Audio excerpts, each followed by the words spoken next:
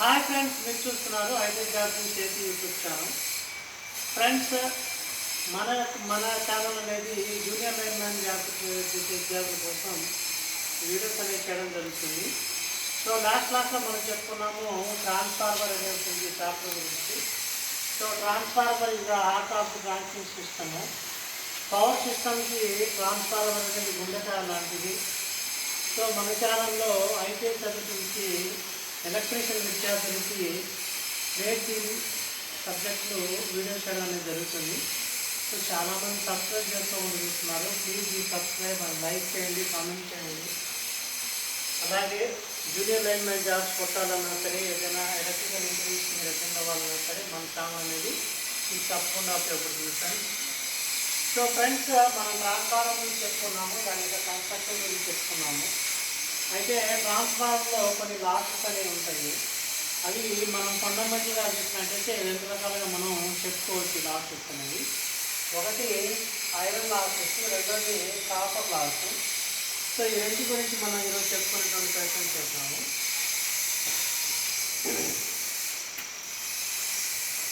So iron losses, these losses are exist in iron cores of the transformer. So మొదటిది మనం iron loss గురించి చెప్పుకుంటే, మనకి transformer core దగ్గర మనకి ఇది ఉత్పన్నమవుతుంది. ట్రాన్స్ఫార్మర్ యొక్క కోర్లో మనకి ఇది ఉత్పన్నమవుతుంది. సో ట్రాన్స్ఫార్మర్ కోర్లో మనకి ఉత్పత్తి అవుతుంది. దీని losses are constant in nature and remain in the same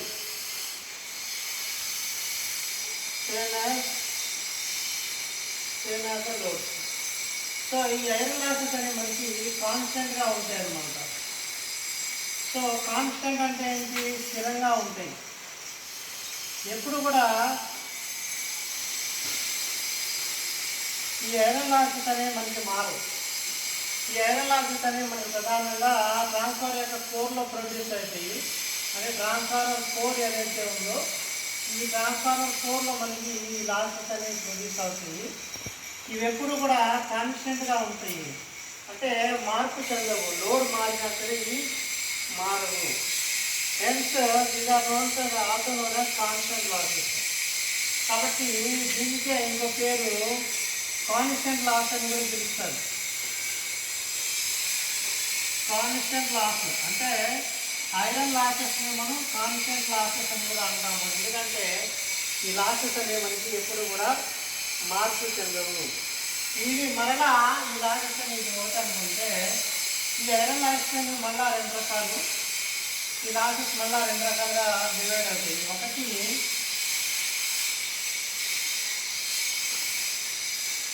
eddy current losses. Eddy current loss అంటారు. సో ఈ ఎడ్డీ కరెంట్ లాస్ ఎలా ప్రొడ్యూస్ అవుతాయంటే, the EMF emitted in the core of transformer sets up to flow of current which is confined within the core itself, and it is known as eddy current. The current results in heating of the core and winding, which in turn results in the loss of heat. So eddy currents అనే మనం circulating currents అన్న ఒకటే చేసుకోవచ్చు. So మనకి secondary వైండింగ్లో produce అయినటువంటి EMF అనేది ఇక్కడ కరెంట్ అనేది ప్రొడ్యూస్ అవుతుంది. ఈ కరెంట్ అనేది ట్రాన్స్ఫార్మర్ కోర్లో సర్క్యులేటింగ్ కరెంట్ ప్రొడ్యూస్ చేస్తుంది. ఇది మనకి ఎక్కడ లాస్ అవుతుందంటే,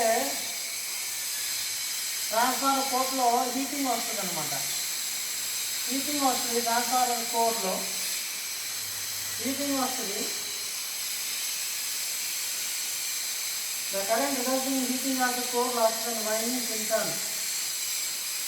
కోర్ హీటింగ్ చేస్తుంది, అలాగే వైండింగ్ కూడా హీటింగ్ అవుతుంది. ఈ కోర్ హీటింగ్కి వైండింగ్ హీటింగ్కి కొంత పవర్ అనేది మనకి వేస్టేజ్ అవుతుంది.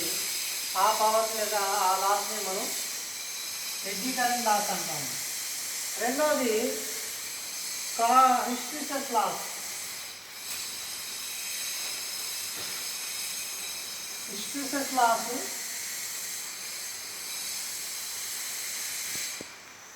సో హిస్టెరిసిస్ లాస్ గురించి మనం చెప్పుకున్నట్టయితే, this loss depends on the metal used for the course.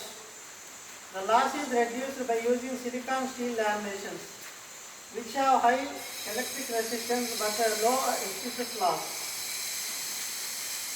Metal used for the core. అంటే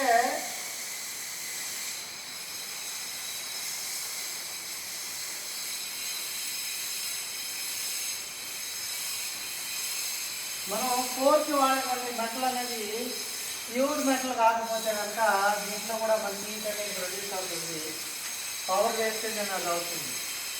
సో మనం చాలా వరకు చూసుకుంటాం, ఎంత చూసుకున్నా సరే మనకి కొంత ఇంప్యూర్ మెటల్ అనేది యాడ్ అవుతూ ఉంటుంది. దానివల్ల మనకి లాసెస్ అనేది వస్తాయి. దాన్ని మనం హిస్టీరియస్ లాసెస్ అని చెప్పేసి కూడా చెప్తూ ఉంటాము. దీనికోసం మనం సిలికాన్ స్టీల్ లామినేషన్స్ వాడుతూ ఉంటాము. ఇది ఆల్మోస్ట్ ఒక 3% లాస్ ఉంటుంది. దీనికి తగ్గించడానికి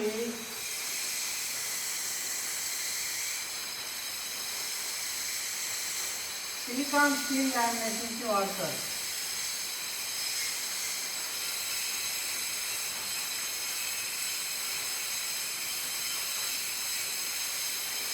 ఈ ట్రాన్స్ఫర్ ఫోన్లో సిలికాన్ స్టీల్ లామినేషన్స్ అనేవి వాడతాం అన్నమాట.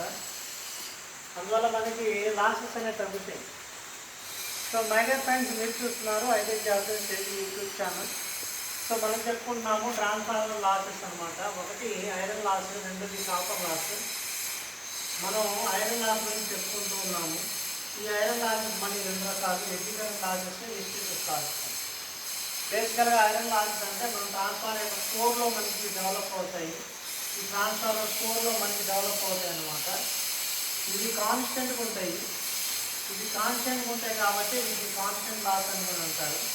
ఇవి మళ్ళీ 2 రకాలు: ఎడ్జీ కరెంట్ లాస్, హిస్టీరియస్ లాస్ అని. ఈ ఎడ్జీ కరెంట్స్ ఏంటంటే సర్క్యులేటింగ్ కరెంట్స్ అనమాట. ఆ లోపల కరెంట్స్ అనేవి తిరుగుతూ ఉంటాయి. లామినేషన్స్ మధ్యలో గ్యాప్లో సర్క్యులేటింగ్ కరెంట్స్ వస్తాయి. వీటి వల్ల మనకి ట్రాన్స్ఫార్మర్ కోరు వైండింగ్ అనేది హీట్ అవుతూ ఉంటుంది. ఆ హీట్ అవ్వడానికి కన్జ్యూమ్ అయినటువంటి పవర్ మనకి వేస్టేజ్ కింద వస్తుంది. రెండోది హిస్టీరియస్ లాస్.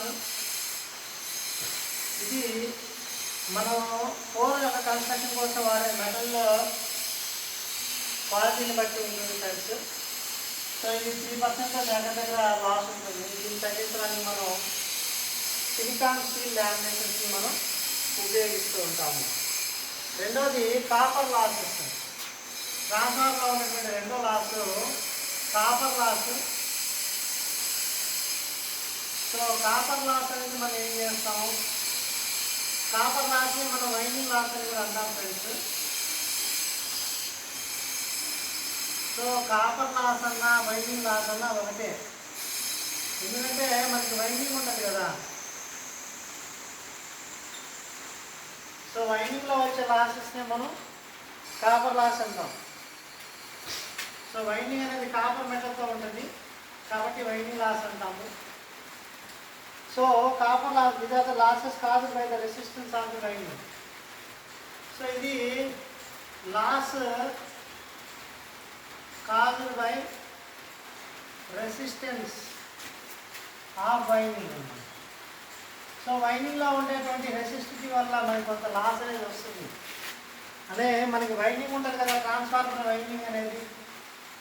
సపోజ్ ఇది వైండింగ్ అనుకోదు, ట్రాన్స్ఫార్మర్ వైండింగ్ ఇది. ఈ ట్రాన్స్ఫార్మర్ వైండింగ్లో ఎంతో కొంత రెసిస్టివిటీ అనేది ఉంటుంది.